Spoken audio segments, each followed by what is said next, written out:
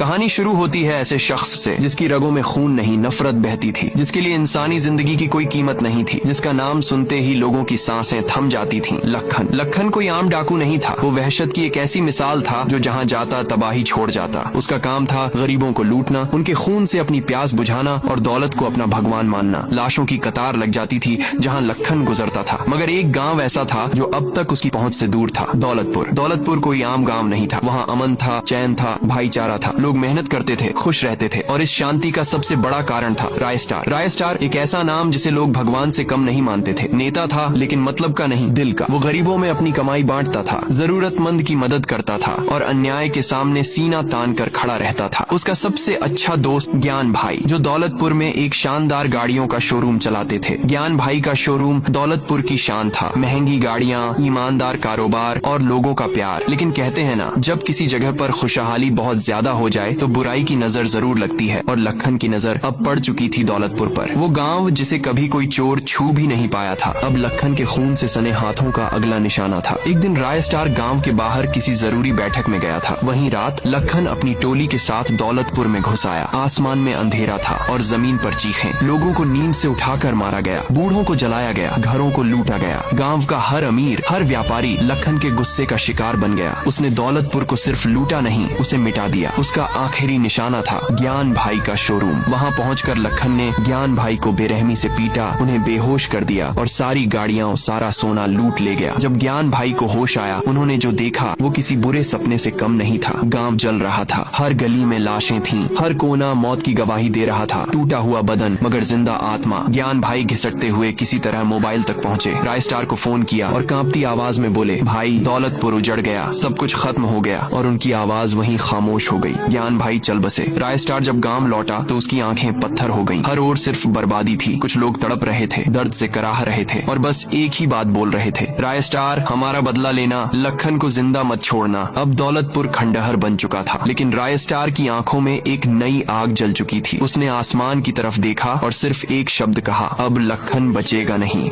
कहानी वहीं से शुरू होती है जहां लखन ने गांव वालों को मार डाला और दौलतपुर को लूट लिया। रात और भी गहरी हो चुकी थी। चारों ओर सन्नाटा था, लेकिन उस सन्नाटे के बीच एक चीख लगातार गूंज रही थी, इंसाफ। रायस्टार चुपचाप खड़ा था, लेकिन उसके अंदर एक तूफान मचल रहा था। ज्ञान भाई की लाश को उठाकर गांव के बीच जलती चिता पर रख कर बोला, लखन अब तेरी भी चिता इसी आग में जलेगी। दौलतपुर के उत्तर में एक रहस्यमयी जंगल था, कालाबन। लोग कहते थे वहाँ भूत प्रेत नहीं, कुछ और ही रहता है। उसी जंगल में तपस्या कर रहा था सूखा लकड़ा, आधा लकड़ी जैसा शरीर, आधा राक्षस, पूरा भयावह। जब लखन ने दौलतपुर को उजाड़ा तो वह जंगल भी जाग उठा। जंगल में घना कोहरा फैल गया, पेड़ सरसराने लगे, जमीन कांपने लगी। तभी प्रकट हुए दो भयानक रक्षक, सूखा लकड़ा जिसकी दहाड़ से पेड़ जड़ से उखड़ जाएं, रेड लाइट चुड़ैल, चुड़ैलों की रानी जिसकी चीख से हजारों मर जाते। उन्होंने रायस्टार की तरफ देखा और बोले, तू अब इंसान नहीं, एक आग है, अन्याय की गंध फैल चुकी है, हम तेरे साथ लड़ेंगे। लखन की नई पाप लीला। लखन दौलतपुर उजाड़ कर भी नहीं रुका। अब उसकी नजर थी बरमूडा पर। वह पहुंचा एक तांत्रिक के पास जिसने उसे दिया एक शापित खंजर, जिसे इससे मारेगा वह न जिएगा न मरेगा, बस तड़पेगा। उसी रात लखन ने एक बलि चढ़ाई और जगा दी एक और शक्ति, भयानक उड़ने वाले बंदरों का झुंड जो अंधेरे में आग की तरह झपट्टा मारते। रायस्टार, सूखा लकड़ा और रेड लाइट चुड़ैल पहुंचे दौलतपुर के उजड़े खंडहर में और वहीं शुरू हुआ पहला हमला। एक भूतिया बंदर ऊपर से झपटा। रेड लाइट ने उसे हवा में ही पकड़कर जमीन पर पटक दिया। सूखा लकड़ा ने जमीन हिला दी, पेड़ जाग उठे और डाकुओं को जकड़ लिया। रायस्टार अब इंसान नहीं रह गया था। उसकी आंखों में जल रही थी बदले की ज्वाला। उसने उठाया ज्ञान भाई का खून लगा लोहे का डंडा। अब वह बन चुका था एक श्रापित अस्त्र। डाकुओं का एक एक कर अंत हो गया। अब बचा था लखन। धुआं, आग, चीखें और उनके बीच आमने सामने थे